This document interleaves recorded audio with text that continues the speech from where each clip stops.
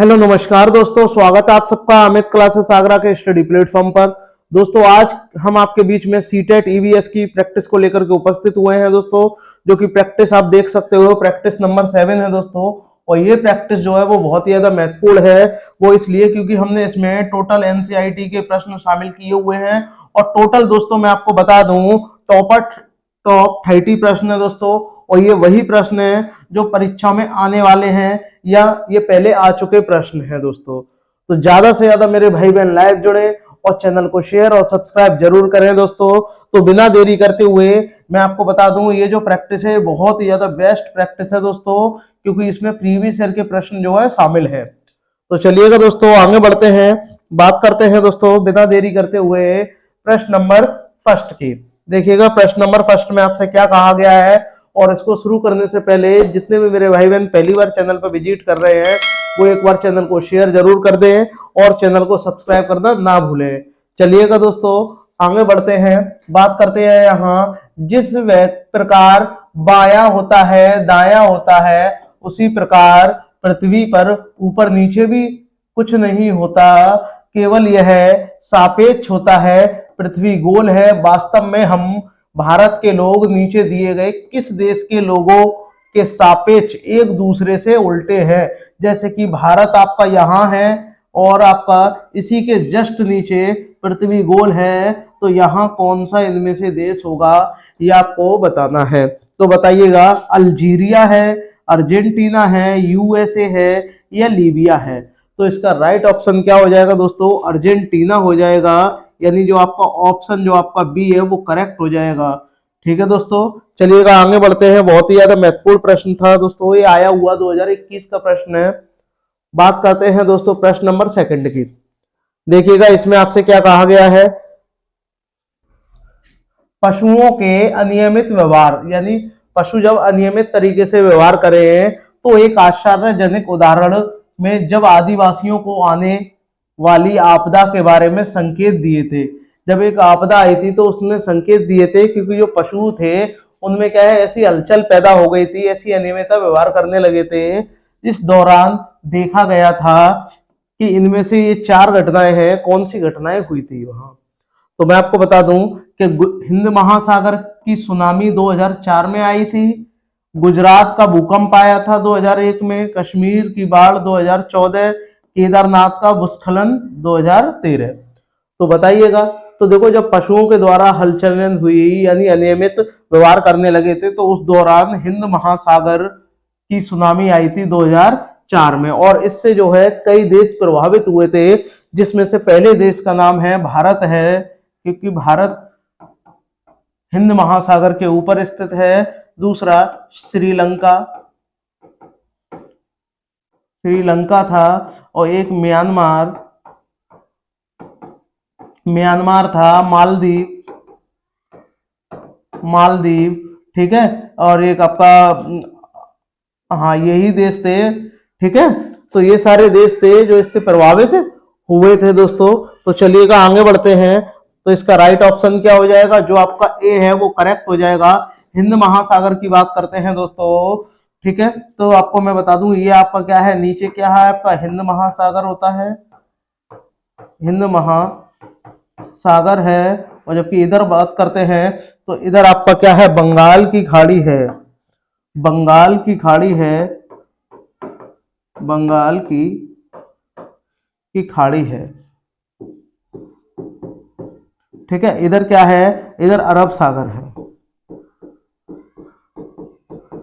ठीक है। तो इधर आपका अरब सागर है, तो ऐसे आपको पता चल जाएगा। चलिएगा आगे बढ़ते हैं, बात करते हैं प्रश्न नंबर थर्ड की। प्रश्न नंबर देखिएगा थर्ड में आपसे क्या कहा गया है, बताइएगा। ऊष्मा दीप क्या है? देखिए ऊष्मा का मतलब ही क्या होता है दोस्तों? हीट होता है। क्या होता है? हीट होता है। और हीट को ही क्या बोलते हैं? गर्म बोलते हैं। जहां की जलवायु गर्म होगी वहां ऊष्मदीप होगा। देखिएगा, दीप के रूप में एक शहरी क्षेत्र जो सौर ऊर्जा पर निर्मित है, जरूरी नहीं है, यहाँ तो हीट की बात हो रही है, वह द्वीप जिस पर कई व्यावसायिक गतिविधियां यानी एक्टिविटी हो, एकदम गलत। वह शहरी या महानगरीय क्षेत्र जो अपने आसपास के ग्रामीण क्षेत्रों से क्या हो, अधिक गर्म हो, और गर्म को ही मैंने आपको बताया था क्या, हीट हो। तो यही बात क्या हो जाएगी, करेक्ट हो जाएगी। आगे बढ़ते हैं। वह ग्रामीण क्षेत्र जिसका अपने आसपास के क्षेत्र से उच्च तापमान होता है। तो मैं आपको बता दूं, यहां बात हो रही है गर्म की, तो यहाँ टेम्परेचर की तो कोई बात ही नहीं है, गर्म होगा तो टेम्परेचर बेसिकली ही होगा। बट इन दोनों ही ऑप्शन करेक्ट होंगे, बट सबसे ज्यादा बात हो रही है ये वाली, क्योंकि यहाँ शहर की भी बात कही है और महानगरीय क्षेत्र की भी बात कही गई है, यहाँ जबकि ग्रामीण की बात कही गई है। ठीक है, तो जो आपका ऑप्शन जो सी है वो करेक्ट हो जाएगा। चलिएगा आगे बढ़ते हैं, बात करते हैं दोस्तों प्रश्न नंबर 4 की। अब देखिएगा प्रश्न नंबर 4 की जब बात करेंगे तो इसमें कहा गया है कि निम्नलिखित में से कौन सा कथन जीवों को उनके आकार के आधार पर बढ़ते हुए क्रम में दर्शाता है, यानी धीरे धीरे जिसका आकार बड़ा होता जाता है। पहले नंबर पे बताइएगा, कवक आता है, आप बोलोगे नहीं आता। ठीक है, शैवाल आता है, जीवाणु आता है, विषाणु आता है। तो सबसे पहले नंबर पे कौन आता है, विषाणु आता है, दूसरे नंबर पे जीवाणु आता है, तीसरे नंबर पे कवक और चौथे नंबर पे शैवाल आता है। ठीक है दोस्तों, ये आपको ध्यान में रखना है दोस्तों। विषाणु जो होते हैं सजीव भी होते हैं और निर्जीव भी होते हैं, सजीव और निर्जीव दोनों ही हो सकते हैं। ठीक है, तो आपका राइट ऑप्शन क्या हो जाएगा, जो आपका ए है वो करेक्ट हो जाएगा। चलिएगा आगे बढ़ते हैं, बात करते हैं दोस्तों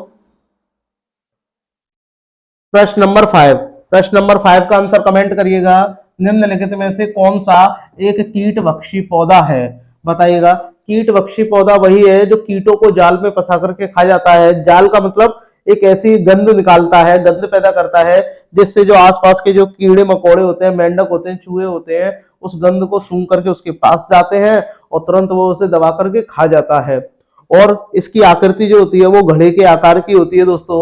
और ये कहाँ पाया जाता है, ये ऑस्ट्रेलिया में पाया जाता है। लेकिन भारत की बात करें तो भारत में, ऑस्ट्रेलिया और इंडोनेशिया में भी पाया जाता है। जबकि भारत की बात करें तो भारत के पूर्ववर्ती राज्यों जैसे कि मेघालय में पाया जाता है, मेघालय में ये पाया जाता है। और इसका नाम क्या है, अमरवेल नहीं है, ना ही लाइकेन है, ना ही कैक्टस है, क्या है, पिक्चर प्लांट है, जिसे आप लोग निफेथिन्स भी कहते हैं, घटपर्णी भी कहते हैं। इसी का नाम क्या है दोस्तों, निफेथिन्स, निफेथिन्स भी है, निफेथिन्स भी है। ठीक है, ये भी आपको ध्यान में रखना है। आगे बढ़ते हैं, बात करते हैं प्रश्न 6। अब 6 वाले में कहा गया है पार्ट हु तू के कर्णम मलेश्वरी है। अब बताइएगा जो कर्णम मलेश्वरी है ये कौन है। तो मैं आपको बता दूं ये एक वेट लिफ्टर है। क्या है ये, वेट लिफ्टर है, लिफ्टर है। इन्होंने क्या था, जब बचपन से ही वेट उठाने का कार्य चालू कर दिया था, यानी वेट उठाने लगी थी। और इनको इसी कारण सन 2000 में कांस्य पदक भी मिला था, कांस्य पदक भी मिला था। और इससे भी पहले इनको 1995 में राजीव गांधी खेल पुरस्कार मिला था, राजीव गांधी खेल पुरस्कार भी इनको ही मिला था। ठीक है, तो इसमें क्या पूछा, कर्णम मलेश्वरी क्या है, एक भारोत्तोलक है। तो आपका जो ऑप्शन सी है वो करेक्ट हो जाएगा दोस्तों। चलिएगा आगे बढ़ते हैं, बात करते हैं नेक्स्ट प्रश्न की, प्रश्न नंबर 7। अब प्रश्न नंबर 7 का बताइएगा कि आप रेलवे स्टेशन पर हैं, अपने परीक्षा केंद्र पर पहुंचने के लिए आप सबसे पहले उत्तर दिशा में, अब आपको पता होनी चाहिए कि आपकी उत्तर दिशा किधर होती है। तो मैं आपको बता दूं, इधर आपकी उत्तर होती है, इधर आपकी पूर्व होती है, ये आपकी पश्चिम होती है और यहाँ आपकी दक्षिण होती है। तो इतना आपको ध्यान में रखना है। तो पहले कहाँ जा रहा है, वह उत्तर में जा रहा है। तो मान लो इसका एक परीक्षा केंद्र है, वो परीक्षा केंद्र कहाँ है, ये आपका परीक्षा केंद्र है, यहाँ ये पेपर देगा। और पहले वो 50 मीटर कहाँ चलता है दोस्तों, उत्तर में चलता है। तो पहले वो है उत्तर में गया 50 मीटर, ठीक है, 50 मीटर ये उत्तर में चला गया। फिर इसके बाद में फिर ठीक पूर्व में 100 मीटर चला। अब पूर्व इसका इधर होता है तो 100 मीटर का इधर पूर्व में चला और पूर्व में पहुंच गया। फिर ठीक उत्तर में 300 मीटर चला, फिर ये उत्तर में गया और उत्तर में जाकर ये कितना चला, 300 मीटर फिर चल गया दोस्तों। ठीक है, 300 मीटर फिर चल गया। अंत में ठीक पश्चिम की ओर 160 मीटर चलकर अंत में पश्चिम, पश्चिम किधर है, इधर होता है दोस्तों, तो ये इधर चल गया। और इधर कितना चला, ये इधर ये कितना चल गया, 160 मीटर चल गया। कितना चल गया, 160 मीटर चल गया। और इधर क्या आ गया, चलने के बाद में परीक्षा केंद्र यहाँ इसका आ गया। और जब परीक्षा केंद्र आ गया, ठीक है, और ये परीक्षा केंद्र आ गया, तो अब आपसे क्या पूछा है वो आप देखिएगा। अब परीक्षा केंद्र आप यहाँ आ गया, इसका सेंटर आ गया। अब इसमें क्या पूछा, परीक्षा केंद्र पहुंच गया। परीक्षा केंद्र के सापेक्ष ये इसका रेलवे स्टेशन है। ये क्या है, रेलवे स्टेशन है। तो रेलवे स्टेशन की आपको डायरेक्शन बतानी है, तो आप क्या करोगे, यहीं पर ही क्या बना दोगे, ये बना दोगे। और रेलवे स्टेशन की डायरेक्शन किधर हो जाएगी आपकी, इधर आपका पूर्व है और इधर आपका दक्षिण है। तो आपका क्या हो जाएगा, दक्षिण पूर्व हो जाएगा, जो कि आपका ऑप्शन जो सी है वो करेक्ट हो जाएगा दोस्तों। ठीक है दोस्तों, चलिएगा आगे बढ़ते हैं।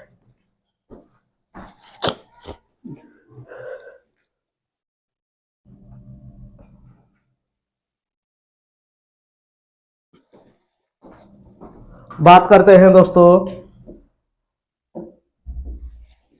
प्रश्न नंबर 8 की। 8 वाला प्रश्न भी बहुत ही बढ़िया प्रश्न है दोस्तों, देखिएगा इसमें क्या बोला है। इसमें बोला है बाघ, बाघ के बारे में सभी सही तथ्यों को पहचानना है। जितने भी आपको ये 4 स्टेटमेंट दिए गए हैं, इनको पहचानना है कि इनमें से कौन सा जो है वो करेक्ट है। तो सबसे पहले मैं आपको बता दूं कि 29 जुलाई को बाघ दिवस मनाया जाता है दोस्तों। ठीक है, 29 जुलाई को बाघ दिवस मनाया जाता है। अब बात करते हैं दोस्तों इसके प्रश्न की, देखिएगा। बाघ की मूंछें उन्हें अंधेरे में गति करने और शिकार करने तथा ढूंढने में मदद करती हैं। बात एकदम सही है। बाघ के कान अलग अलग दिशा में हिल सकते हैं। बात एकदम सही है। बाघ की दहाड़ 5 किलोमीटर दूरी तक सुनाई देती है। आप बोलोगे गलत हो गया, 5 किलोमीटर तक सुनाई नहीं देता। कितने किलोमीटर तक देता है, 3 किलोमीटर तक सुनाई दे सकती है, लगभग 3 किलोमीटर। बट यहाँ 5 किलोमीटर कह दिया है, ये गलत है दोस्तों। बाघ अपने क्षेत्र को जो अनेकों किलोमीटर का है का दायरा होता है, उसे अपने पेशाब से संकेत करता है। यानी जहां वो जाते हैं वहां पेशाब कर देते हैं। और जब कोई दूसरा आ जाता है, दूसरा कोई बाघ आ जाता है और वो टॉयलेट करके जाता है, तो वो अपना दायरा पहचान लेता है कि ये कोई और यहाँ आया है। तो आपका कौन सा है, जो तीसरा वाला है वही रॉन्ग है। तो देखो तीसरा इसमें है, इसमें है, ये भी रॉन्ग है। और ये वाला जो सी है वो करेक्ट हो जाएगा दोस्तों। ठीक है, आई होप आपको वीडियो पसंद आ रही होगी। अगर पसंद आ रही हो तो सभी भाई बहन शेयर जरूर करिएगा। बात करते हैं दोस्तों प्रश्न नंबर 9। प्रश्न नंबर 9 की बात करते हैं कि गोलकुंडा किले का निर्माण, मैं पेन चेंज कर ले रहा हूं, गोलकुंडा किले का जो निर्माण है वो किसने कराया था, हैदराबाद के निजाम द्वारा कराया था। तो मैं आपको एक बात बता दूं, ये जो गोलकुंडा किला है ये आपका हैदराबाद में स्थित है। कहाँ है दोस्तों, हैदराबाद में स्थित है। तो पहली बात तो ये आपको ध्यान में रखनी है, मुगलों द्वारा कराया था। आप बोलोगे गलत, और ये भी गलत, कुतुबुद्दीन सुल्तानों द्वारा कराया था।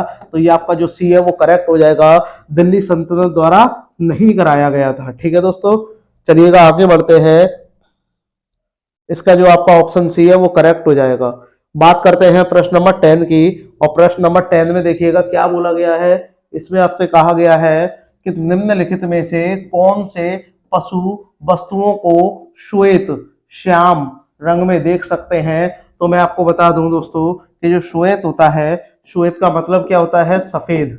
क्या होता है, सफेद होता है। और जबकि श्याम का मतलब क्या होता है, काला होता है, यानी ब्लैक होता है। और ये व्हाइट होता है। तो इनमें से कौन सा जो पशु यानी पक्षी है जो क्या है, श्वेत और श्याम रंग को देख सकता है। तो बताइएगा, क्या चमगादड़ है, क्या सांप है, या शेर है, बिल्ली है, गाय है, उल्लू है। उल्लू क्या है, एक रात्रिचर प्राणी है। रात्रिचर यानी आप इसको निशाचर भी बोल सकते हैं, निशाचर, क्योंकि दिशा का मतलब ही क्या होता है, रात्रि होता है। तो इसमें उल्लू तो सही है, क्योंकि उल्लू क्या है, जो रात में देख सकता है दिन की अपेक्षा। और उल्लू ही अपनी गर्दन को 270 डिग्री तक घुमा सकता है। जबकि सांप की बात करते हैं, भारत में सांप 4 प्रकार के पाए जाते हैं। पहले सांप का नाम क्या है, अजगर, अजगर नहीं है, क्या है, अफाई, अफाई है, नाग है, ठीक है, दुबोइया है और एक और है, बताइएगा कौन सा है आपका। दुबोइया हो गया, अफाई हो गया, एक जो आपका रह गया है वो आप कमेंट करके मुझे बताइएगा, मैंने पढ़ाया हुआ है। ठीक है दोस्तों, अजगर नहीं होगा क्योंकि अजगर जो है वो जकड़ के मारता है, वो जहरीला सांप नहीं है दोस्तों। ठीक है, चलिएगा अब बात करते हैं कौन सा होगा। चमगादड़ है, उल्लू है और कांटा चूहा है। ये जो होते हैं ये क्या होते हैं, इनको श्वेत और रंग को स्पष्ट देख सकते हैं क्योंकि ये जितने भी ये जो हैं ये क्या है, रात्रिचर यानी निशाचर पशु हैं यानी पक्षी हम कह सकते हैं। ठीक है, तो ये जो होगा आपका राइट ऑप्शन क्या हो जाएगा, जो आपका ए है वो करेक्ट हो जाएगा। ठीक है, हाँ इसका क्या हो जाएगा, करेक्ट हो जाएगा। ये आपको ध्यान में रखना है। ठीक है, आपने नहीं बताया मैंने बता दिया, ध्यान रखना आप। बात करते हैं दोस्तों प्रश्न नंबर 11 की। प्रश्न नंबर 11 में देखिएगा क्या बोला है, इसमें आपसे बोला है मृत्यु, मृत्यु एवं मृत्यु नहीं होगा, यहाँ क्या होगा, मृत होगा। मृत एवं सड़े गले पदार्थों का पोषण प्राप्त करने वाले जीव का इनमें से कौन सा उदाहरण है, ये आपको बताना है। मृत यानी मरे हुए को जो लोग खा जाए, ठीक है, सड़े गले पदार्थों को खा जाए, वो क्या है, इनमें से कौन सा है। देखो घास खाती नहीं है, कुत्ता खाता नहीं है, ठीक है, अमरवेल होगा नहीं, क्या होगा, म्यूकर होगा। और म्यूकर भी होता है और क्या होता है, इसमें एक और होता है जिसका नाम क्या है, इसका नाम होता है जो व्हाइट व्हाइट का मशरूम, मशरूम भी इसका एक उदाहरण है। ठीक है, मशरूम भी इसका एक उदाहरण है, ये भी आपको ध्यान में रखना है दोस्तों। ठीक है, चलिएगा आगे बढ़ते हैं, बात करते हैं प्रश्न नंबर 12 की। प्रश्न नंबर देखिएगा 12 में आपसे क्या बोला है, खरीफ की फसलों को वर्षा के मौसम में आरंभ में बोया जाता है, वर्षा के मौसम में बोया जाता है और इन्हें मानसून यानी बरसात की फसल भी कहा जाता है। निम्नलिखित में से कौन सा समूह खरीफ की फसल का है। तो मैं आपको बता दूं, खरीफ की फसल जो है आपकी जून में बोई जाती है, जून के महीने में बोई जाती है, जबकि नवंबर में काट ली जाती है। ठीक है, नवंबर में काट ली जाती है। तो आपको बताना है कि इनमें से कौन सी है वो। तो मैं आपको बता दूं कौन सी है इनमें से, कमेंट करके मुझे बताइएगा कि इनमें से कौन सी फसल है जो आपकी खरीफ की फसल है। तो मैं आपको बता दूं, गेहूं जो है आपकी खरीफ की फसल नहीं है, ये आपकी रबी की फसल है, तो ये आपका गलत हो जाएगा। ठीक है दोस्तों, तो आपका क्या है, धान होता है, इसमें से दाल होगा नहीं, क्या होगा, धान है, मक्का है, सोगम है या बाजरा है, बाजरा होगा यहाँ, क्योंकि ये सब सर्दियों के में खाए जाने वाले हैं। तो आपका राइट ऑप्शन क्या होगा, जो आपका ए है वो करेक्ट हो जाएगा। ठीक है दोस्तों, चलिएगा आगे बढ़ते हैं, बात करते हैं दोस्तों प्रश्न नंबर 13 की।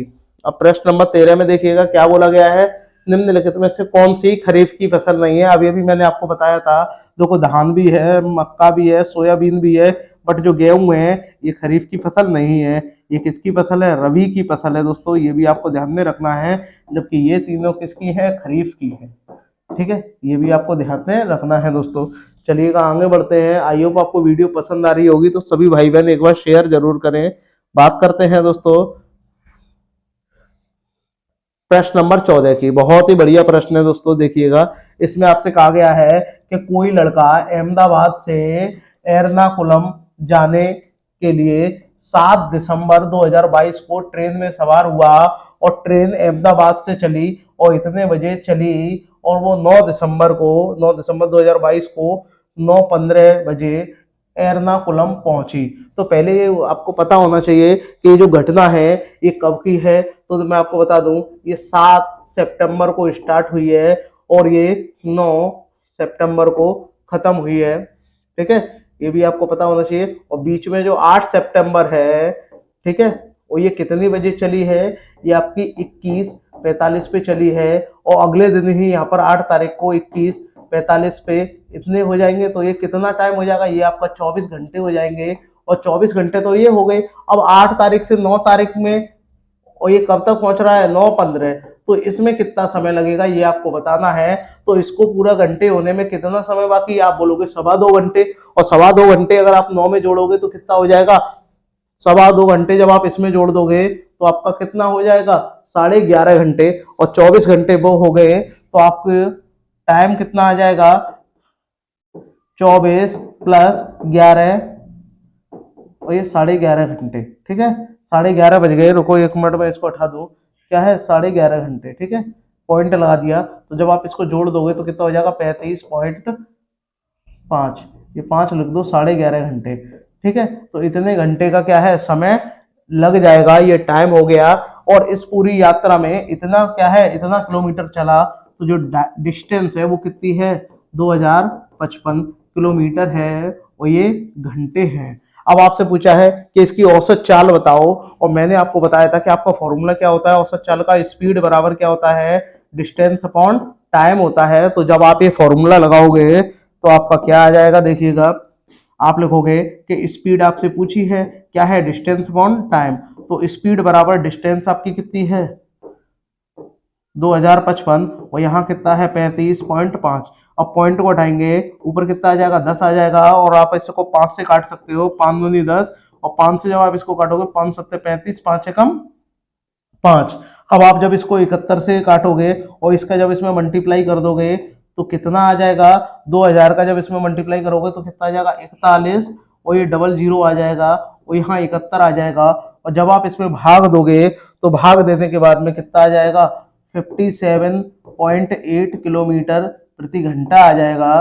ठीक है, और ये आपका जो ऑप्शन जो आपका सी है उसमें दिया हुआ है, तो आपका ऑप्शन जो सी है वो करेक्ट हो जाएगा दोस्तों। चलिएगा नेक्स्ट प्रश्न की ओर चलते हैं।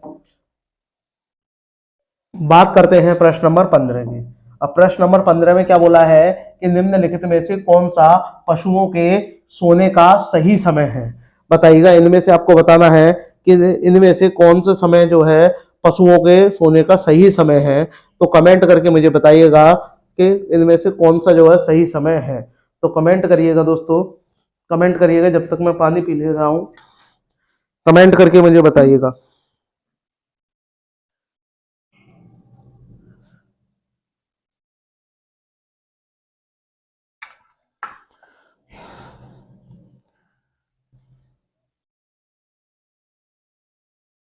बताइएगा।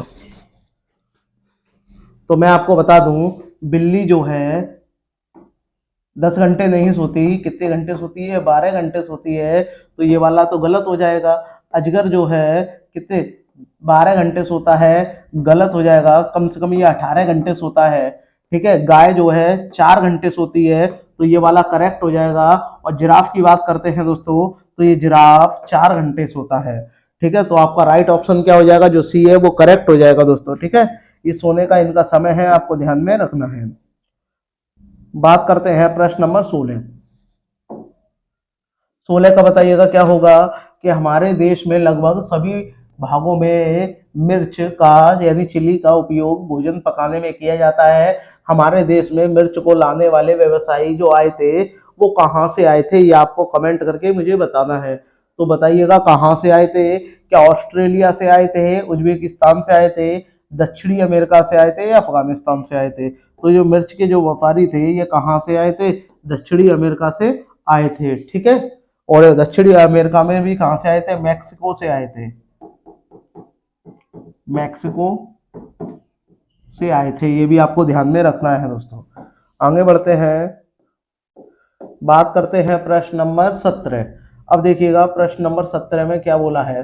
अब प्रश्न नंबर 17 में आपसे कहा गया है कि कांच के जार, जार यानी जो भी कांच का कोई बर्तन होता है या बोतल होती है, उसमें आचार भरने से पूर्व, पूर्व का मतलब क्या हो गया, पहले हो गया, अचार भरने से पहले सूर्य की धूप में अच्छी तरह सुखाया जाता है। ऐसा क्यों है, यानी पहले उसे अच्छी तरीके से साफ किया जाता है और फिर उसको धूप में रख देते हैं ताकि वह सूख सके। तो ऐसा क्यों करते हैं, उनके तापमान में वृद्धि करने के लिए। आप बोलोगे एकदम गलत। उनमें धूल के कण को हटाने के लिए, गलत, वो तो धोखे भी हट जाएंगे। नमी को पूर्णतः हटाने के लिए। क्या हो जाएगा, अगर नमी अगर नहीं हटेगी तो जब आप उसमें अचार बना रख दोगे तो वो क्या हो जाएगा, खराब हो जाएगा दोस्तों। और खराब हो जाएगा अचार तो एकदम बेकार हो जाएगा, कोई मतलब नहीं रहेगा। तो इसी कारण नमी को पूरी तरीके से हटाने के लिए उसको पहले साफ करते हैं, फिर धूप में रखते हैं। ठीक है, अचार को स्वादिष्ट बनाना ऐसा जरूरी नहीं है, अचार तो बहुत स्वादिष्ट ही होता है। ठीक है, बात करते हैं दोस्तों प्रश्न नंबर 18। 18 का मुझे बताइएगा क्या होगा। प्रश्न 18 में रेणु की दादी यानी रेणु की दादी एक सूखा कुआं दिखाते हुए बताती है कि 15 से 20 साल पहले कुएं में पानी था, लेकिन अब यह पूरी तरीके से क्या है, सूख गया है। कुएं में पानी सूखने का निम्नलिखित में से क्या कारण हो सकता है, ये आपको बताना है। तो बताइएगा क्या कारण हो सकता है। ये पहला आपको कारण दिया गया है, आपको बताना है। तो बताइएगा क्या कारण हो सकता है। पेड़ों, कुओं और उनके आसपास के स्थानों को, मिट्टी को अब सीमेंट से ढक दिया गया है। पेड़ों के आसपास क्या है, ये आपका पेड़ है और इसके आसपास क्या है, मिट्टी से यानी सॉरी सीमेंट से ढक दिया गया है। बताइएगा। तो आप कहोगे एकदम सही बात है।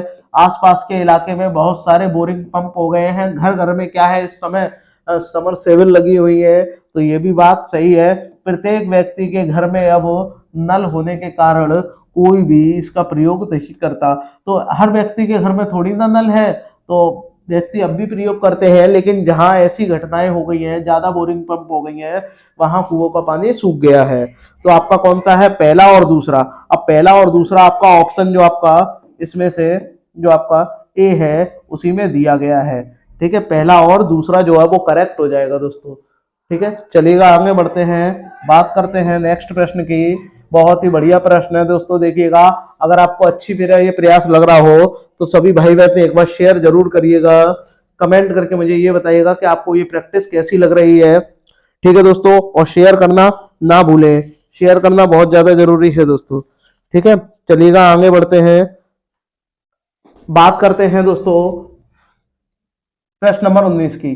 कक्षा 5 की पर्यावरण अध्ययन की पाठ्य पुस्तक का एक पाठ है उसी से ठंडा उसी से गर्म, जो डॉक्टर जाकिर हुसैन द्वारा लिखी गई एक कहानी है। उन्होंने बच्चे के लिए ऐसी कई कहानियां लिखी हैं। अपनी मृत्यु के समय वे क्या थे, अब आपको बताता है।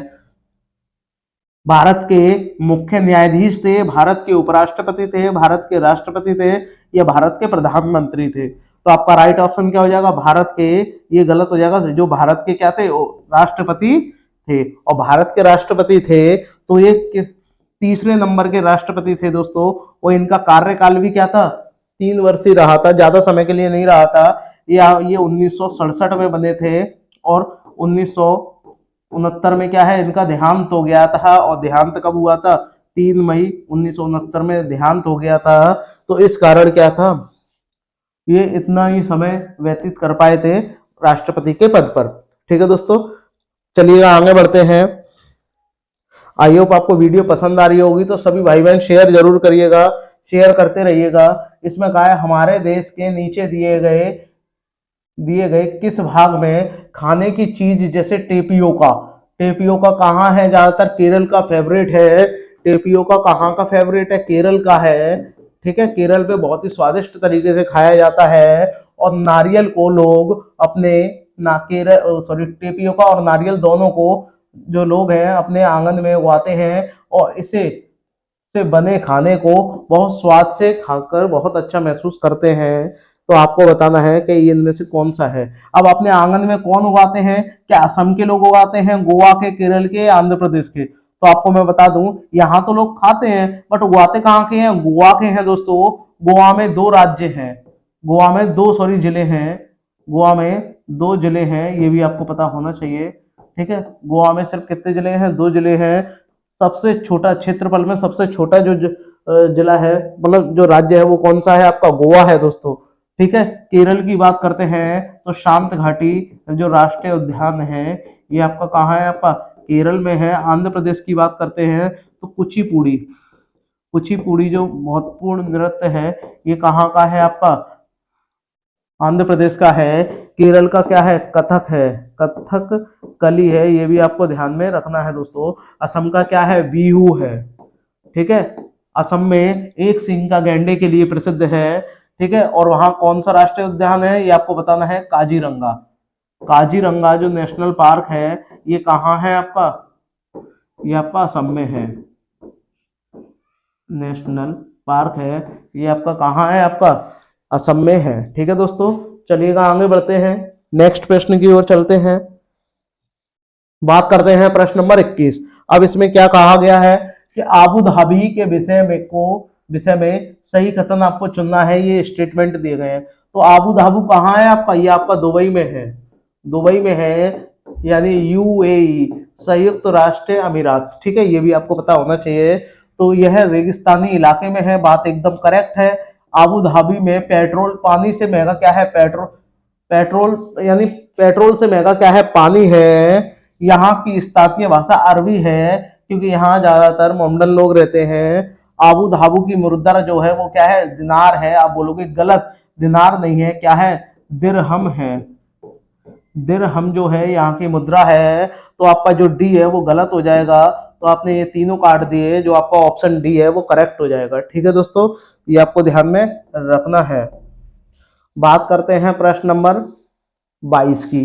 अब प्रश्न नंबर 22 का मुझे बताइएगा, मधुमक्खी पालन से संबंधित आपको सही कथन बताना है। तो मधुमक्खी पालन को क्या बोलते हैं, एपीकल्चर बोलते हैं, एपीकल्चर कहते हैं। मैंने आपको कई बार बताया है कि मधुमक्खी पालन शुरू करने का सबसे अच्छा समय जनवरी से मार्च होता है। बताइएगा कमेंट करके, क्या ये सही? आप बोलोगे एकदम गलत होता है। कब होता है? अक्टूबर से नवंबर का महीना होता है, मैंने आपको बताया है। ठीक है, कब होता है? अक्टूबर का नवंबर, अक्टूबर से नवंबर का महीना होता है। ठीक है, ये भी आपको ध्यान में रखना है। तो ये तो जनवरी से कह रहा है, ये गलत हो जाएगा। लीची के फूल जो है मधुमक्खियों को क्या है, लुभाते हैं। ठीक है, लुभाते हैं, ये लिखना, लुभाते हैं। तो आप कहोगे ये वाली बात तो सही है, मधुमक्खी पालने तथा उनके द्वारा उत्पादित शहद का भंडारण करने के लिए बक्सों की आवश्यकता होती है। एकदम ये भी सही बात है। मधुमक्खियों के लिए मीठा घोल बनाने के लिए चीनी की आवश्यकता होती है, ये भी सही बात है। तो पहला जिसपे होगा वो गलत होगा।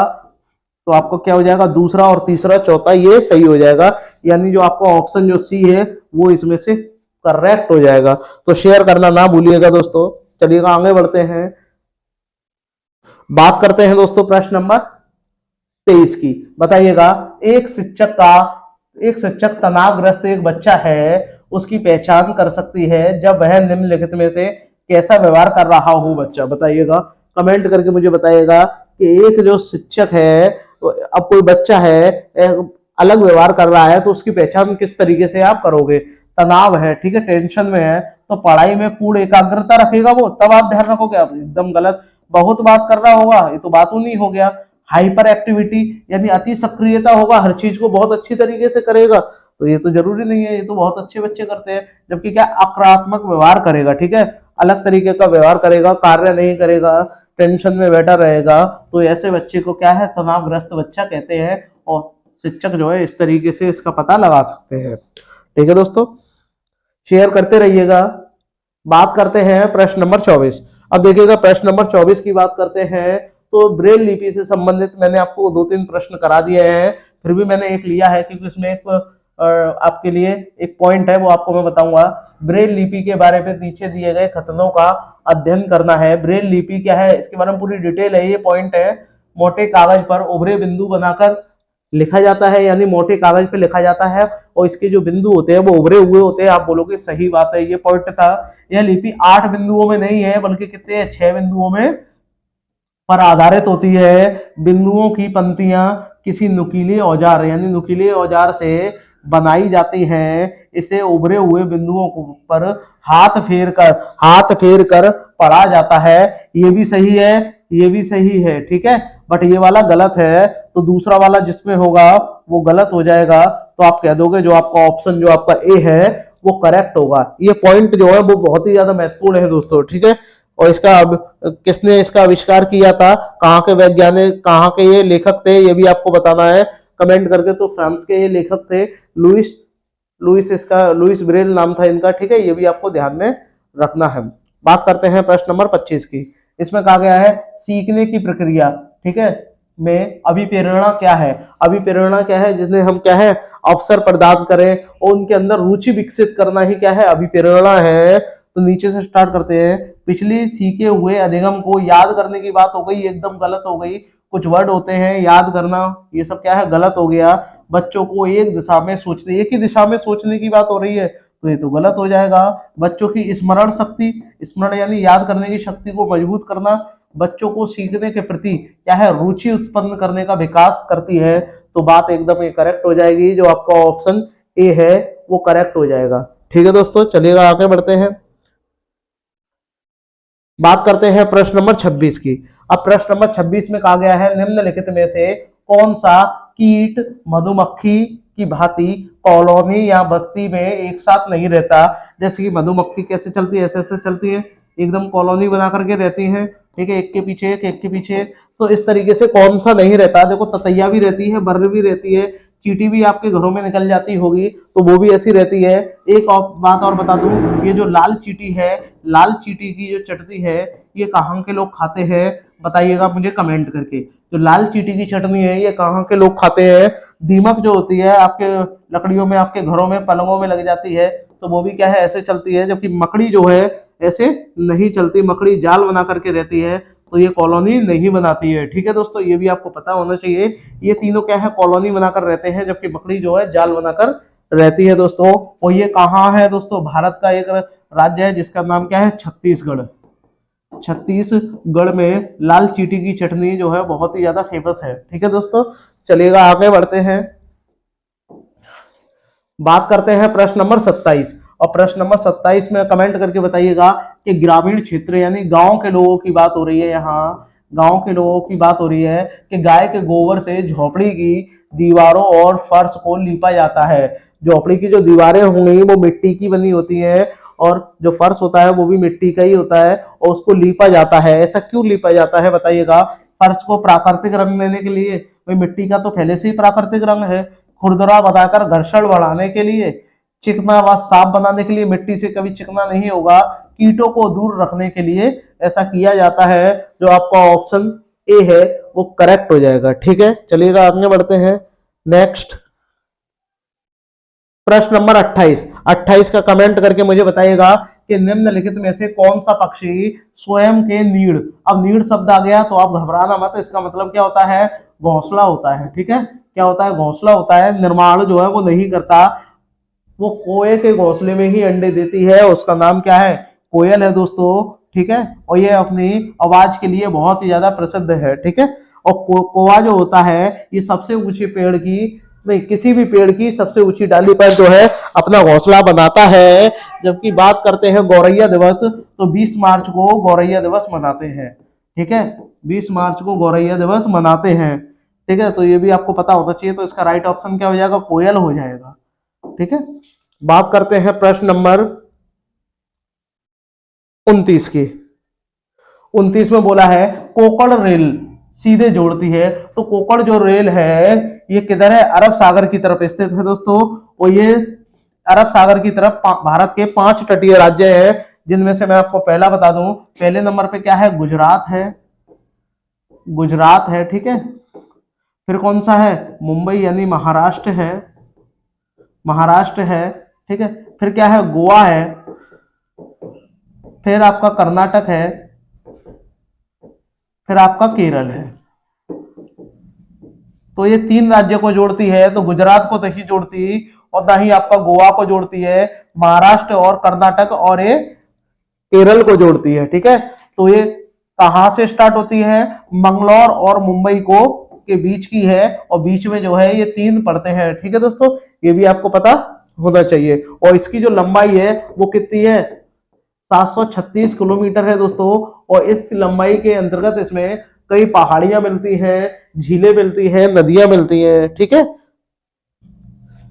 बात करते हैं प्रश्न नंबर 30 की। और प्रश्न नंबर 30 बहुत ही ज्यादा महत्वपूर्ण है। रोग दिए गए हैं और उनके कुछ घरेलू उपयोग दिए गए हैं। ये जो है टेबल पूरी की पूरी मैं आपको बता दूं, 2023 में जो एग्जाम हुआ था उसमें पूरी की पूरी ये टेबल आई थी। ठीक है, अब आपको बताता है कटे और घाव कैसे भरे जाएंगे बताइएगा। ठीक है, सामान्य ज्वर, ज्वर का मतलब क्या हो गया, आपका अगर बुखार आ जाएगा तो आपका देसी इलाज क्या होगा। ठीक है, बुखार अगर आ जाएगा तो देसी इलाज क्या होगा, आंखों पे सूजन आ जाएगी, दांत में दर्द होगा तो क्या होगा। अगर आपके दांतों में दर्द होगा तो आपका राइट ऑप्शन क्या हो जाएगा, जो आपका 4 है, यानी हींग का चूर्ण आप बनाओगे और उसे खा लोगे। तो डी का क्या हो गया, 4th हो गया। डी का 4th यहाँ पे इसमें भी दिया गया है, तो ये वाला वैसे ही काट दो। अब आगे बढ़ते हैं, आंखों की सूजन, कटे घाव, कटे और घाव, घाव मतलब अगर कहीं से आपका हाथ पैर फट जाते हैं, ब्लड निकलता है, तो वो कैसे भरा जाता है बताइएगा। तो मैं आपको बता दूं, उस पे क्या लगाओगे आप, हल्दी लगाओगे। हल्दी के चूर्ण से क्या होता है, ये सही हो जाता है। और ये आपका किसमें, पहले का दूसरा इसी में दिया गया है।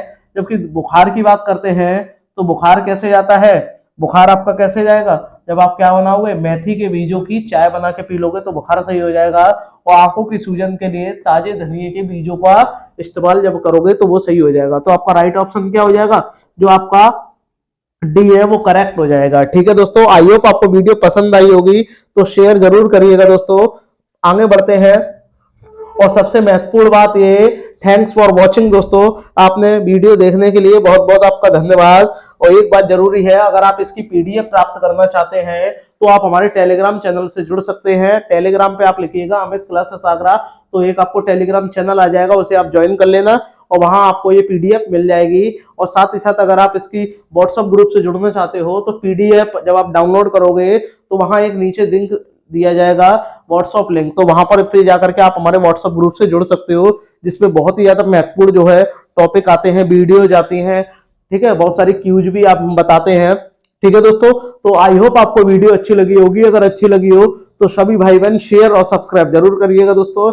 मिलते हैं नेक्स्ट वीडियो में। जय हिंद, जय भारत।